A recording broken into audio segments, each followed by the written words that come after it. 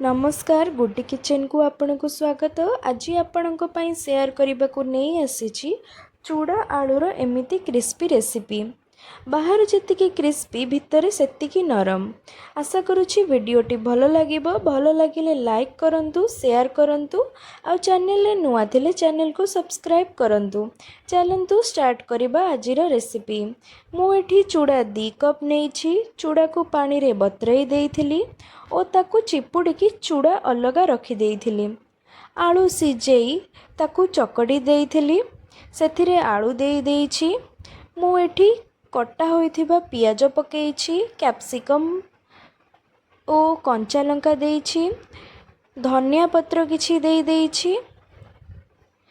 तापरे सेहाकू साइड रे रखी हळदी गुंड, लंका गुंड, आपण चाहेले काश्मीरी लाल मिर्च भी पकई पारिबे, धनिया गुंड, जीरा गुंड और चाट मसला पकईछि। स्वाद अनुसार लुण पकेबे, जुआणी अल्प पकईछि। कॉर्नफ्लोर एठी मु 2 चमच नेइछि, बेसी देबेनी कॉर्नफ्लोर। एमती धीरे धीरे चकटिबे ताकू। आउ बेसी सुखिला हो गले अल्प अल्प पानी हाथ हेई ता धीरे चकटिबे, बेसी पानी देबेनी नहले सेटा पानिया होई जिवो। देखंतु एई भली एमती अल्प अल्प पानी देई ताकू चकटिबे। ठीक एई भली करिवे, नहले पानिया हो गले तेल बेसी पी जिवो। जेहेतु चूड़ाटी बेसी तेल पी जाए, जदि आपण एहाकू न छाणी सेमिति माने हेल्दी भलिया खाया को चाहती ताहले पैन रे नॉर्मल अल्प तेल देई भी करि परिबे। देखंतु एठी मु गरम करि देइछि तेल को ओ कॉर्नफ्लोर एठी नै जाइछि 1 टेबल स्पून पकई ताकू आमे गोटे पतला थीन बैटर टी बनेया।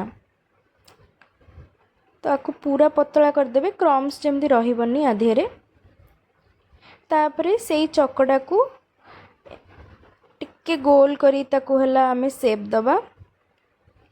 शेप देई सेई जो बैटर रे मिसेई बुड़ेई देई ताकू भल से तेल करेई रे पकई दबा।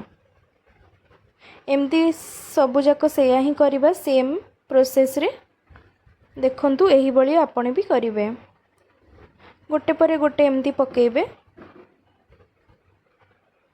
तेल टिके अधिका नेबे, नहले ये तळे जदि लागी जिवो पुणी उठेबा पई भी कष्ट हबो, छिड़ी भी जाई पारे। तो एमती टिके तेल अधिक नेबे। तो आकु आमे गोल्डन ब्राउन होबा पर्यंत आकु आमे फ्राए करिबा, जे पर्यंत ये भल से क्रिस्पी हो जाइनी।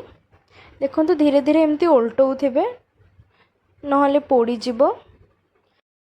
मने रखिबे गोल्डन ब्राउन होबा पर्यंत ही आकु फ्राए करिवे, बेसी पोड़ीबेनी नहले पिता लागिबो। देखंतु एही परी ही करिवे। जेहेतु ये गोल्डन ब्राउन एबे हेई जाइछि, एहाकु एबे बाहर कर देबा गोटे ट्रे रे। सेम जेमिति आमे करिथिले आउ थरे भी सेमिति ही करिबा। अल्प अल्प कॉर्नफ्लोर बैटर जो करिथिले ता देरे बुड़ाई तेल रे पकेइबा, आउ एमती बाहर कर देबा गोल्डन ब्राउन होला परे। देखंतु केते टेस्टी बनिछि, केते सॉफ्ट हेइछि। आपण देखि परिबे भितरु बाहर पूरा क्रिस्पी हेइछि। आशा करुछि वीडियोटी भल लागिवो। आपन केमती लागिला कमेंट रे निश्चय जणेबे। आशा करुछि वीडियोटी भल लागिथिबो। लाइक शेयर सब्सक्राइब करिबा जमा भी भूलिबेनी।